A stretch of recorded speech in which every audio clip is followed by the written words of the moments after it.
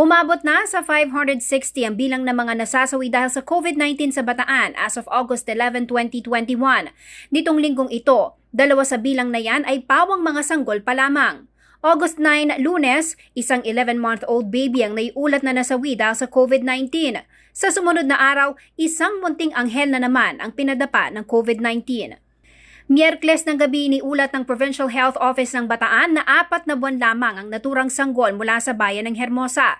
Sa August 11 COVID-19 update ng Bataan, nasa 15,503 ang kabuang bilang ng kaso ng COVID-19. 2,478 ang kanilang active cases, 12,465 naman ang gumaling na.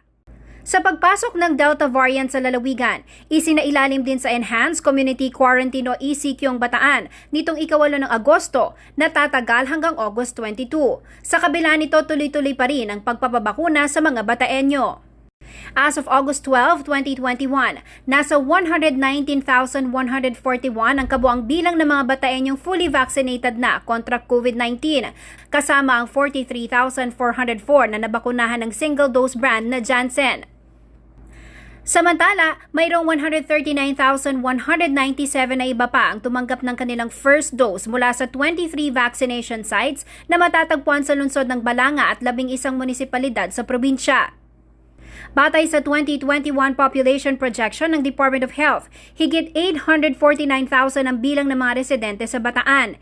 Higit 593,000 dito ang dapat maging fully vaccinated para makamit ang herd immunity. Kanila na ring iminungkahi sa Interim National Immunization Technical Advisory Group na kailangan ng isama ang mga bata dahil maaari din silang maging vulnerable, lalo na mga batang may comorbidities. Jennifer Salenga, CLTV News.